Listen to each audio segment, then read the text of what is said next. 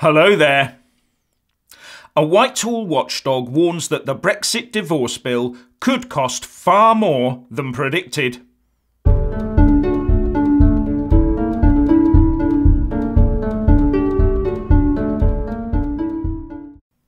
Before I start, I'd just like to say happy birthday to Her Majesty the Queen. Now, the press is full of warnings that the final exit of the UK from the EU could cost us far more than the £35 to £39 billion initially estimated.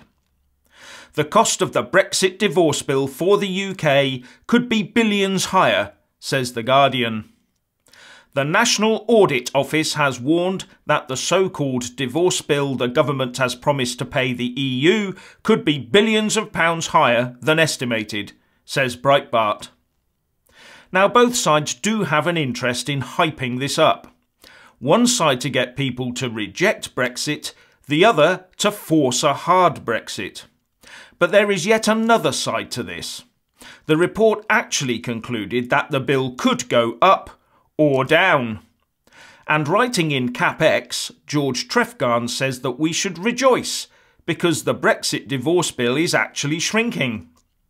Great news, he writes. The EU divorce bill of £35 to £39 billion has gone down already and might be lower still.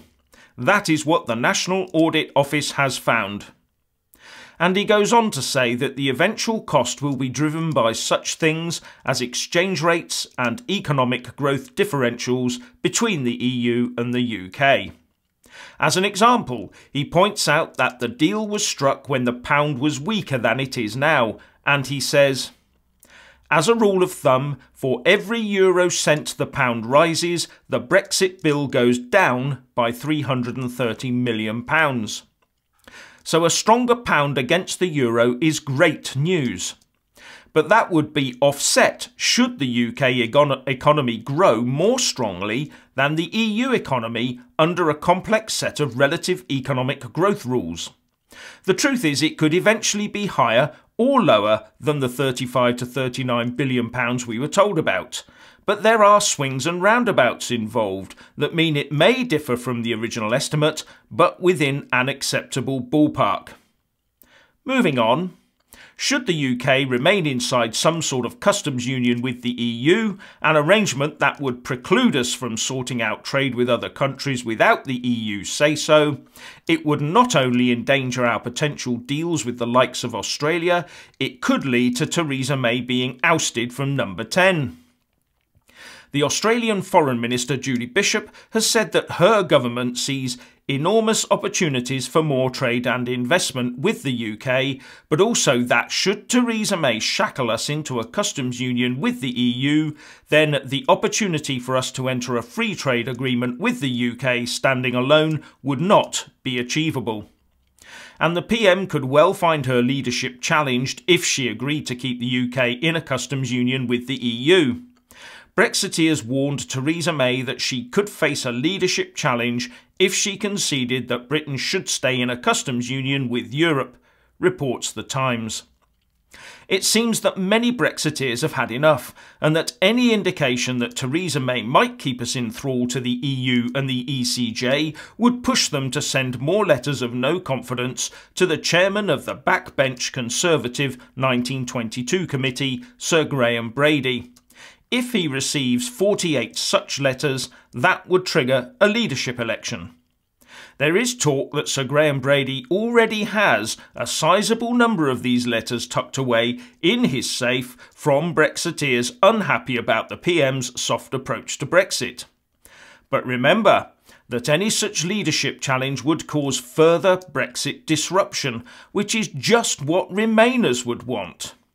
So, how many letters do you think he might have received from Remain Tory MPs keen to derail Brexit, either by seeing Theresa May replaced by a staunch Remainer, or even prepared to see the Tory government fall in order to keep the UK in the EU? On a party front, because of the number of Tory Remainer MPs versus the number of Tory Leave MPs in Parliament, do you really think that a full-blooded Brexiteer would get anywhere near the top in a leadership race. On a side note, the Conservative peer Baroness McGregor-Smith is one of the 24 that voted in the House of Lords against the government.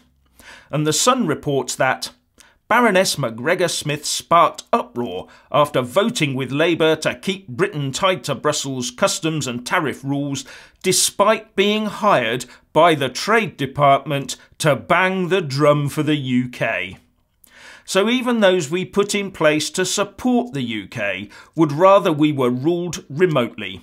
Maybe she didn't think she was up to the job. Now for some more Brexit doom and gloom. The Bank of England Deputy Governor told the Exiting the EU Select Committee that there had been a slight downward drift in his estimates of jobs leaving the city due to Brexit, says The Times. The Deputy Governor also said that the number of jobs created in the EU would probably be towards the lower end of a spectrum from 5,000 to 10,000, with about 20% of these being new jobs. What happened to the mass banking Brexodus we were all told about? Now, Singapore has signalled that the UK could be included in any EU-Singapore trade deal, says Relocate magazine.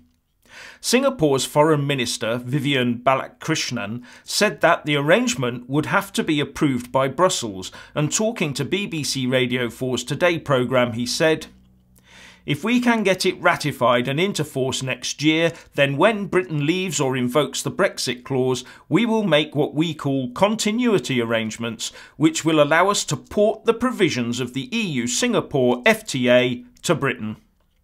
Britain and Singapore have a special relationship.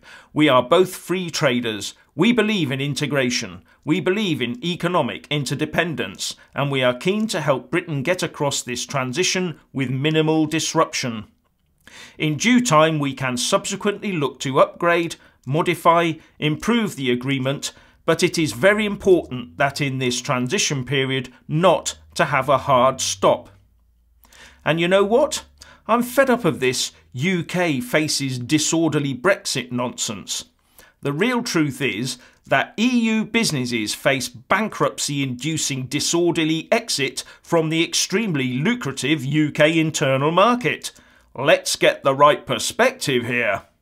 So, please let us all know what you think by leaving a comment below, but also don't forget to grab the video link and share it across Facebook, Twitter and by email. Thank you for watching. Please do like and share this video, and also subscribe to my channel. And when subscribing, please do remember to press on the little bell next to the subscribe button. That way you'll get an alert every single time I put up a new video. Thank you very much for watching.